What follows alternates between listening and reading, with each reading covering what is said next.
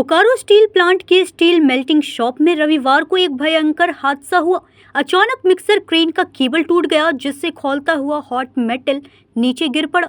इस दर्दनाक घटना में 3 ठेका कर्मचारी ब्रजेश महथा, प्रवीण कुमार और ओम प्रकाश मोहली गंभीर रूप से झुलस गए। सभी घायलों को तुरंत बोकारो जनरल अस्पताल में भर्ती कराया गया, जहां चिकित्सकों ने उनकी स्थिति को गंभीर बताया।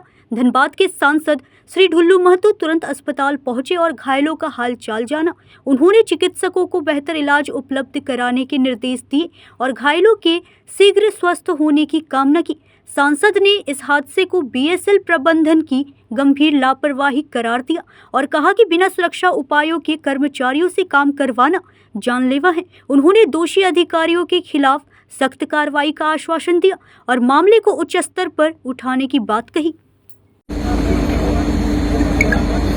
सबसे पहले तो बहुत दुख के साथ कहना पड़ रहा है कि बोकारो बीएसएल में लगातार इस तरह का घटना घटते आ रहा है और बोकारो प्रबंधन चेत नहीं रहा, क्योंकि इस तरह का घटना कई घटना हो चुका है। जो आज दर्दनाक घटना हुआ है, जिसमें 3 लोगों का मतलब आग में जल जाने का एक मामला सामने आया है, जो हमने अभी प्रत्यक्ष रूप से जाके अपने से स्वयं देखा और उनसे बात भी की।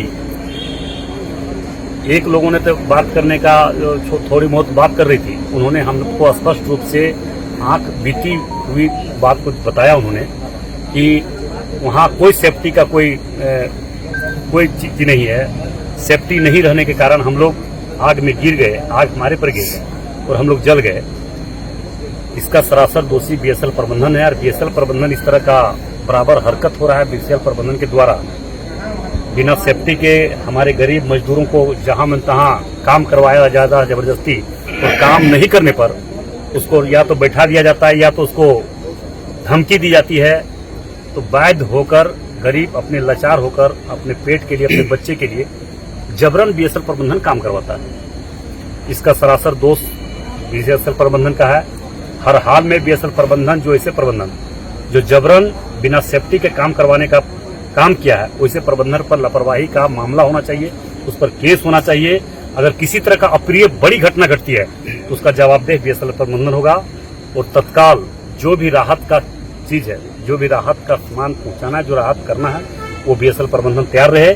कल फिर हम सुबह आ रहे हैं और कल सुबह आकर बीएसएल प्रबंधन को जवाब देना होगा किस कारण से, किस लापरवाही के कारण, किसके कारण से ये घटना घटी है। और घटना घटी है तो इसका जवाबदेह बीएसएल प्रबंधन को देना ही होगा। खास करके बीएसएल प्रबंधन, बीएसएल के जो हमारे सेल कंपनी के चेयरमैन है, उनकी सबसे ज्यादा लापरवाही है और उनके कारण कई घटना लगातार घट रही है। हम लोगों ने कई बार इस तरह का मामला सामने लाने का प्रयास किया और बैठकर मंत्रियों के पास भी, मंत्री के पास भी इस मामला को हम लोगों ने रखने का काम किया, मगर यहाँ पे साफ तौर पर उन्होंने स्पष्ट शब्दों में बोलता कि हम लोग सेफ्टी के आधार पर काम करवाते हैं, मगर सेफ्टी क्या है आप लोगों के सामने है। इसलिए बीएसएल प्रबंधन तैयार रहे कल जवाब देने के लिए। बोकारो से चंदन कुमार गुप्ता की रिपोर्ट।